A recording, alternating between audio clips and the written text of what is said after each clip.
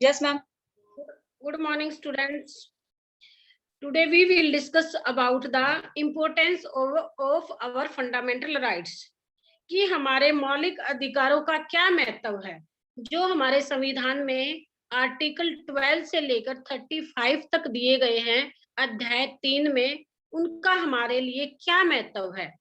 तो सबसे पहले क्या है बेटा कि हमारी जो है एंड ऑफ सोशल इविल, यानी कि जितनी भी हमारी सोशल एविल है, हमारे समाज की जितनी भी बुराइयां हैं, उनका ये अंत करते हैं। कौन कौन सी हमारी, जैसे अनटचेबिलिटी है, या फिर किसी भी प्रकार की, जैसे चाइल्ड एजुकेशन को लेके है, या फिर चाइल्ड लेबर को लेके है। तो ये हमारी समाज की एविल है, जो बुराइयां हैं, उनको समाप्त करते हैं। कि अस्पृश्यता का जो आर्टिकल 17 है, उसमें हमारी अस्पृश्यता के विषय में ये डिस्कस किया गया है, ये बताया गया है कि छुआछूत की जो हमारे देश में बुराई है, उसको समाप्त किया जाए। दूसरा क्या है कि हमारा चाइल्ड लेबर, यानी कि 14 वर्ष तक की आयु के बच्चों को एजुकेशन टू राइट के तहत शिक्षा देनी चाहिए, ना कि उन बच्चों से किसी भी कारखाने में, किसी भी कंपनी में, या किसी भी होटल आदि में काम नहीं करवाया जाएगा। तीसरा क्या है कि हमारी चाइल्ड जो है, गर्ल्स चाइल्ड है, उसको भी हमारे समाज में लड़कियों को एजुकेशन का प्रोविजन बहुत कम था। लेकिन आज के टाइम में जितनी भी हमारी कमेटियां बनी, उनके तहत ये प्रोविजन रखा गया कि बालिकाओं को शिक्षा का उचित प्रबंध होना चाहिए, बालिकाओं को भी शिक्षा का अधिकार दिया जाना चाहिए। तो इस तरह से हमारे समाज की जितनी भी बुराइयां थी, वो इन फंडामेंटल राइट्स के तहत समाप्त की गई। इसके बाद क्या है कि जो हमारा जो प्रोविजन है, वो है प्रोटेक्शन ऑफ माइनॉरिटीज, यानी कि अल्पसंख्यकों का संरक्षण। जो मेन जो इसकी इम्पोर्टेंस है, वो हमारी एजुकेशन से रिलेटेड है।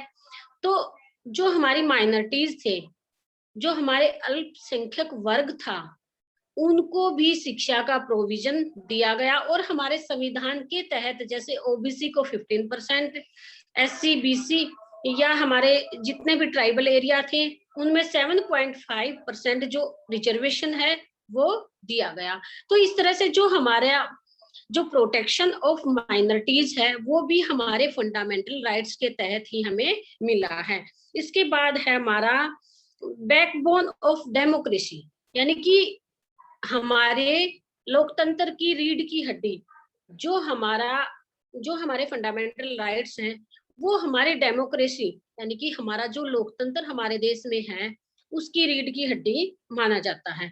क्यों? क्योंकि लोकतंत्र के तहत हम अपनी जो सरकार बनाते हैं, वो सरकार हमारे देश में शासन चलाती है और हर व्यक्ति के मानवीय विकास का वो ध्यान रखती है। इसके बाद हमारा सोशल जस्टिस, यानी कि जो हमारा सामाजिक न्याय, फंडामेंटल राइट्स के तहत हमें सोशल जस्टिस, जैसे बार बार हम ये इसी बात का जो टॉपिक हमारा, चाहे वो अनुसूचित जाति है, जनजाति है, और किसी भी, चाहे बॉयज है या गर्ल्स है, सबको समान अधिकार दिया गया है, सामाजिक न्याय उन्हें मिलता है। अगर कोई व्यक्ति उच्च वर्ग से संबंधित है या निम्न वर्ग से संबंधित है, तो सबको समान शिक्षा का अधिकार है। चाहे वो गरीब गरीब तबके से लगाओ या फिर अमीर, सबको एजुकेशन का अधिकार है।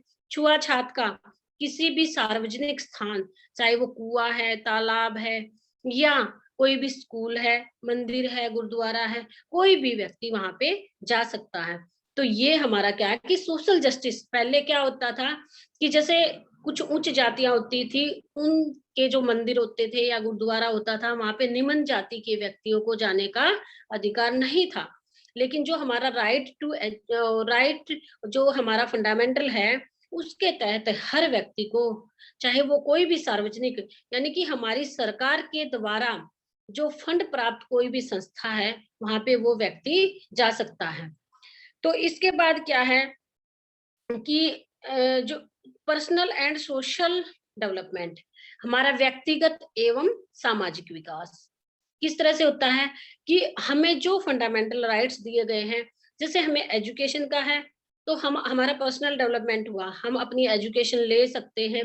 हायर एजुकेशन के लिए हम चाहे कहीं से भी लोन भी ले सकते हैं, किसी भी अच्छे से अच्छे स्कूल, कॉलेज और किसी भी जो हमारा मदरसा है या कहीं भी जिस धर्म की जो भी शैक्षिक संस्था है, वहां पर जाकर वो व्यक्ति अपनी एजुकेशन ले सकता है।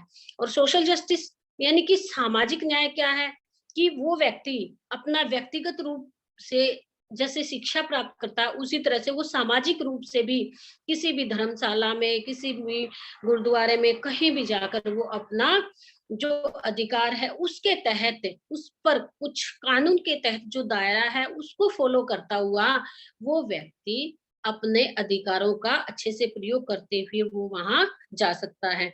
तो इस तरह से उसका क्या है कि पर्सनल डेवलपमेंट हुआ और सोशल डेवलपमेंट भी। इसके बाद क्या है, साइकोलॉजिकल डेवलपमेंट। तो बेटा जो हमारे जो मौलिक अधिकार हैं, वो सिर्फ हमारे सामाजिक और व्यक्तिगत डेवलपमेंट के लिए नहीं, बल्कि हमारा साइकोलॉजिकल। पहले ये लोगों का माइंड बना हुआ था कि एक लड़की को एजुकेशन ना दी जाए। जो हमारे हमारे जो समाज में 4 वर्ग थे हमारे, ब्राह्मण, क्षत्रिय, शूद्र और वैश्य। तो वो चारों वर्गों में जो उच्च वर्ग के थे, क्षत्रिय क्या होते थे, वो युद्ध वगैरह का कार्य करते थे। ब्राह्मण हमारा शिक्षा का और धार्मिक अनुष्ठान। और जो नीचे वाले वैश्य और शूद्र थे, तो वो बेटा जो हमारे जो नीचे के काम होते थे, चाहे नाई है, धोबी है, जो भी है, तो वो काम वो करते थे। तो काम के अधिकार आधार पर हमारी जातियां क्या थी, बटी हुई थी। लेकिन लोगों ने क्या माना, सोसाइटी में क्या माना कि उन व्यक्तियों को सिर्फ निम्न जाति का ही समझा जाने लगा और उनको जो उच्च जाति के जो अधिकार होते थे उनसे कम अधिकार हमें मिले हुए थे। तो इस तरह से उनकी साइकोलॉजी ये बनी हुई थी कि निम्न जाति के व्यक्तियों को उच्च जाति के साथ बैठने में, उनके साथ साथ शिक्षा प्राप्त करने में या कहीं भी घूमने का अधिकार नहीं था। तो इस तरह से इस साइकोलॉजी को यानी कि मनोविज्ञान को भी चेंज किया गया। पहले क्या था कि लड़कियों को क्या घर का सिर्फ चूल्हा चौका और घर के कामों के लिए ही माना जाता था। लेकिन आजकल लड़कियां क्या है कि हर फील्ड में, हर प्रकार की जॉब में लड़कियां, उनके लिए रिजर्वेशन रखी गई है। 33% की जो रिजर्वेशन है वो रखी गई है। किसी भी आईआईटी में जाओ आप, किसी भी यूनिवर्सिटी में, किसी कॉलेज में, और कोई भी, चाहे हमारा किसी भी तरह का डिप्लोमा है या डिग्री है या हमारी हायर एजुकेशन की कोई भी स्ट्रीम है, वहां पर जाकर उस लड़कियों के लिए भी रिजर्वेशन रखा गया है। तो इस तरह से जो व्यक्तियों की जो साइकोलॉजी है, मनुष्य का जो मनोविज्ञान है, उसको भी चेंज किया गया। यानी कि जब हमें सारे अधिकार, हम पढ़े लिखे, हमें सारे अधिकारों के विषय में ज्ञान हुआ और हम उन अधिकारों के तहत मनुष्य की जो साइकोलॉजी है, मनुष्य का जो मनोविज्ञान है, उसको भी परिवर्तित करने में हमारे मौलिक अधिकारों का बहुत अधिक महत्व है। क्योंकि जब हम पढ़ते हैं हमें पता चलता है, उससे पहले हमें नहीं पता कि हमें क्या क्या राइट्स हैं।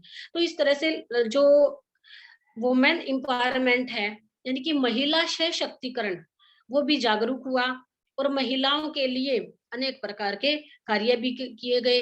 बालिकाओं के लिए शिक्षा भी दी गई, छुआछूत को भी खत्म किया गया और जाति व्यवस्था जो हमारे देश में इतनी बुरी तरह फैली हुई थी, वो भी कम हुई।